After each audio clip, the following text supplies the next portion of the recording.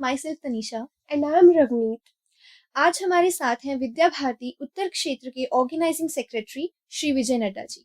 अब मैं माननीय श्री विजय नड्डा जी से अनुरोध करती हूँ कि वह हमारे छात्रों का मार्गदर्शन करें ताकि हमारे छात्र भी उनके जैसे महान व्यक्तित्व के धनी द्वारा अर्जित ज्ञान का लाभ उठा सकें। सर, सबसे पहले तो हम आपसे जानना चाहेंगे कि विद्या भारती नई शिक्षा नीति के क्षेत्र में क्या काम कर रही है। हम सब जानते हैं राष्ट्रीय शिक्षा नीति 2020 ये पूरे शिक्षा जगत के लिए, पूरे देश के लिए एक वरदान से कम नहीं है। लेकिन कोई भी नीति है, अगर उसका ग्राउंड में क्रियान्वयन, एग्जीक्यूशन ठीक प्रकार से नहीं होता है तो जिस उद्देश्य से ये नीति बनाई जाती है उसके परिणाम नहीं आते हैं। ये बात विद्या भारती के ध्यान में थी, इसलिए विद्या भारती ने जिस दिन से घोषणा शिक्षा नीति की हुई उससे भी 3-4 वर्ष पूर्व से ही शिक्षा नीति के निर्माण में भी अपने बच्चों से, टीचर से, मैनेजमेंट से, जो भी विद्यालय के स्टेक होल्डर्स रहते हैं उन सब से ये शिक्षा नीति क्या होनी चाहिए इसके लिए सुझाव देने का आग्रह किया। और जब शिक्षा नीति आ गई तो उसके पश्चात ये शिक्षा नीति ठीक प्रकार से ग्राउंड जीरो पर इसका एग्जीक्यूशन हो, क्रियान्वयन हो, तो इसके लिए टीचर ट्रेनिंग से लेके कंटेंट राइटिंग से लेके बुक्स राइटिंग से लेके ऐसे सभी फ्रंट्स के ऊपर विद्या भारती पूरी सक्रियता से, पूरी शक्ति से प्रयास कर रही है। सर, अब हमें बताएं कि विद्या भारती द्वारा पंजाब में शिक्षा के क्षेत्र में क्या नए प्रयोग किए जा रहे हैं, और साथ ही हमें बताएं कि भविष्य की विद्या भारती की योजनाएं क्या है। बहुत अच्छा सवाल है। जिंदगी प्रयोग का ही दूसरा नाम है। ऐसा कहा जाता है कि अगर जीवन में नए प्रयोग ना किए जाएं तो जीवन नीरस बन जाता है। विद्या भारती ने इस बात को ध्यान में रखते हुए पंजाब में हमने शिक्षा के क्षेत्र में नए काफी प्रयोग प्रारंभ किए हैं। अभी स्किल एजुकेशन शिक्षा नीति का भी पार्ट है और शिक्षा का एक आवश्यक हिस्सा भी है। इस बात को ध्यान में रखते हुए हमने बच्चों की स्किल मैपिंग कि बच्चे के अंदर इनबिल्ट उसका टेस्ट क्या है, उसकी रुचि किस में है। तो एक तो हमने सबसे पहले टीचर्स का स्किल मैपिंग कि हमारे पास जो अवेलेबल लॉट है टीचर्स में, उनके अंदर कौन सी प्रतिभा है, हमारे बच्चों में कौन सी प्रतिभा है, किसको कौन से क्षेत्र में आगे जाना चाहिए। तो एक तो हमने स्किल एजुकेशन में काफ़ी प्रयोग कर रहे हैं। और स्किल का अर्थ केवल पढ़ाई लिखाई नहीं है, स्किल करने की कला को कहते हैं, जो अपने हाथ से काम किया जाए, हैंड्स ऑन एक्टिविटी जिसको कहा जाता है। तो हमने एक प्रयोग किया रत्तेवाल शहीद भगत सिंह जिला, जिसको हम नवा शहर जिला कहते थे, तो वहां पर रत्तेवाल नाम से एक स्थान है। तो वहां पर हमने और प्रोडक्शन यूनिट और दीपावली पर घरों में प्रयोग होने वाले दिए ये बनाए जाएं। ये बहुत सफल प्रयोग रहा। लगभग 3 महीने में हमने 1 लाख से अधिक दियों का निर्माण किया। गांव के 30 से ज्यादा फैमिलीज को 3 महीने का अच्छा रोजगार मिला। और हमारे नाभा जैसे कई विद्यालयों के बच्चों ने, टीचर्स ने उस प्रोजेक्ट को विजिट भी किया। इसी को आगे ले जाके हम 1 स्कूल 1 प्रोडक्ट, प्रत्येक विद्यालय अपनी रुचि, अपनी क्षमता, ताकत के अनुसार कोई एक प्रोडक्ट अपने लिए चुने और उस प्रोडक्ट में बच्चों की सहभागिता भी हो, टीचर्स की भी हो, और आसपास का जो नीडी सेक्शन ऑफ सोसाइटी है जिनको रोजगार की आवश्यकता है तो उनको भी उसमें काम मिले। तो एक प्रयोग हम विद्या भारती में स्किल एजुकेशन में कर रहे हैं। फिर जो हमारे अच्छे बच्चे हैं, जिनके अंदर कुछ गिफ्टेड बच्चे हैं, जिनके अंदर विशेष टैलेंट है, उस टैलेंट को तराशा जाए, उनको ठीक समय पर ही अच्छे एक्सपर्ट्स की एक्सपर्टाइज का लाभ मिले। तो इसके लिए हमने सर्वहितकारी सुपर 100 का प्रयोग प्रारंभ किया है। इस प्रयोग में 6ठी से 8वीं तक पिछले साल हमने कक्षाएं चलाई, जिसमें इसरो, डीआरडीओ, आईएएस, आईपीएस और इंडस्ट्रियलिस्ट जिन्होंने अपनी प्रतिभा के बल पर स्वयं कुछ किया है, ऐसे प्रतिभावान लोग हमारे बच्चों को गाइड करते हैं, पढ़ाते हैं, एकेडमिकली भी और पर्सनैलिटी डेवलपमेंट की दृष्टि से भी। तो ये किए हमारा सर्वहितकारी सुपर 100 का प्रयोग भी चल रहा है। तो ऐसे अनेक प्रयोग चल रहे हैं शिक्षा के क्षेत्र में विद्या भारती के द्वारा। जी। सर, आप आने वाले समय में विद्या भारती के विद्यालयों में क्या बदलाव देखना चाहेंगे? आने वाले समय में विद्या भारती समय के साथ कदम मिलाकर चले तो आज के समाज की आवश्यकता, बच्चों की नीड्स एकेडमिक भी है, स्पोर्ट्स की भी है, या ओवरऑल पर्सनैलिटी डेवलपमेंट की भी है। इन सब विषयों पर हमारे विद्यालय आगे बढ़ें। हमारे विद्यालय के प्रत्येक बच्चे को हम उसकी आवश्यकता के अनुसार शिक्षा दे सकें, ये हमारा एक स्वप्न है। और इसके साथ हमारे विद्या भारती की जो विशेषता है वो है समाज आधारित शिक्षा की ओर विद्यालय को लेकर जाना।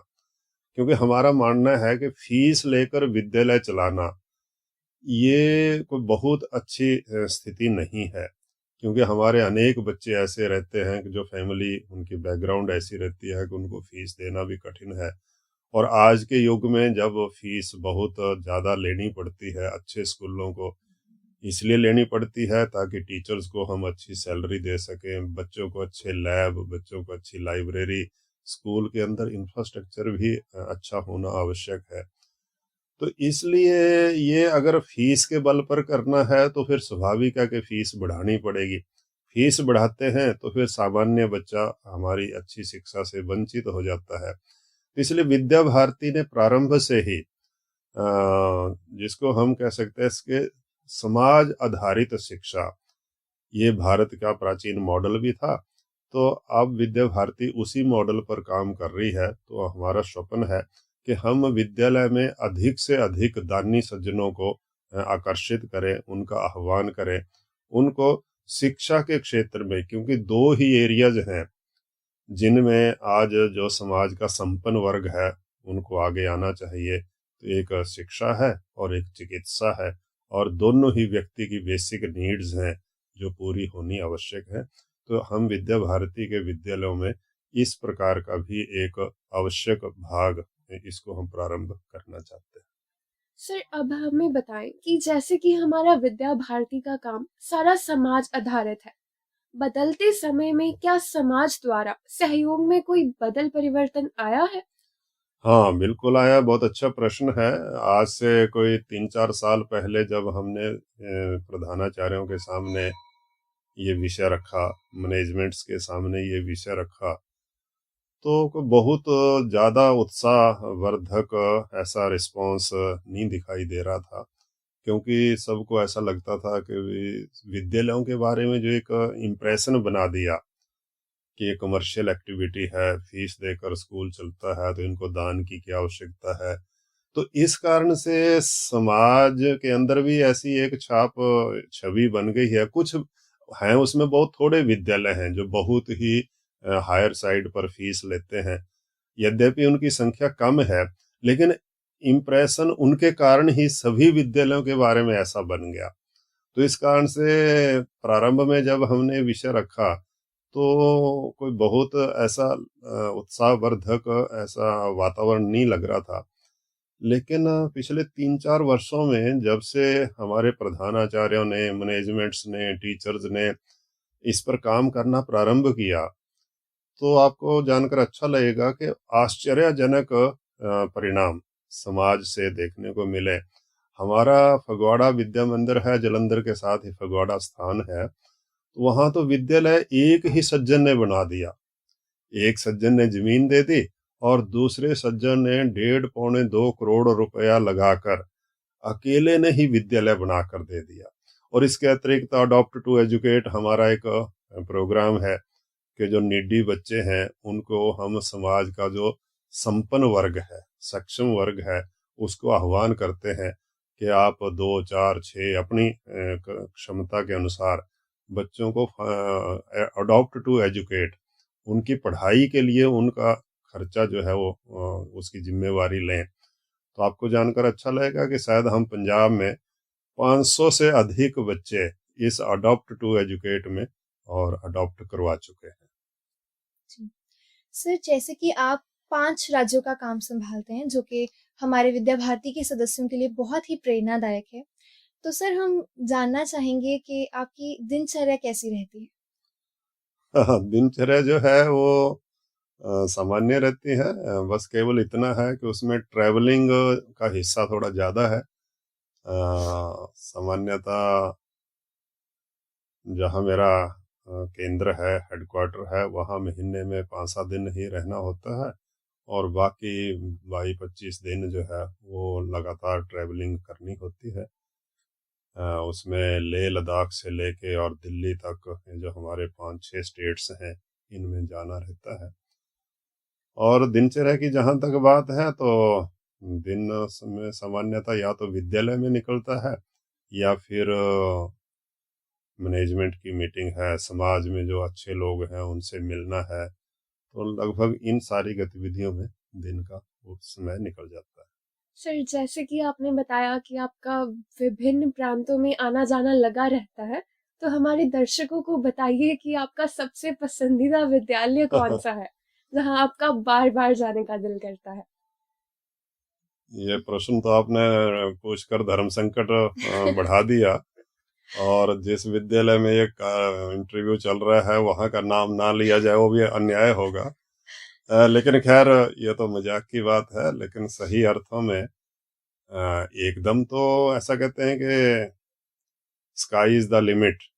प्रगति के लिए, इम्प्रूवमेंट के लिए हमेशा गुंजाइश बनी रहती है और वो सभी पर लागू होता है, वो व्यक्ति के ऊपर भी होता है, संस्था के ऊपर भी होता है। और इसलिए एसबीएम मलेरकोटला, जहाँ तक आप चॉइस की बात कह सकते हैं, तो मैं कह सकता हूँ कि जिस गति से all round development of the institution हमारे प्रधानाचार्य श्री खेमटा जी के नेतृत्व में सक्षम जो हमारी मैनेजमेंट की टीम है, उनके प्रयासों से, तो आप जो सुनना चाहते हैं वही मेरा भी निष्कर्ष है कि एसबीएम मलेरकोटला इस दृष्टि से अच्छा इंस्टीट्यूशन है जो ठीक दिशा में और ठीक स्पीड से ग्रो कर रहा है। जी। सर, अंत में आप हमें बताएं कि आप छात्रों को क्या संदेश देना चाहेंगे?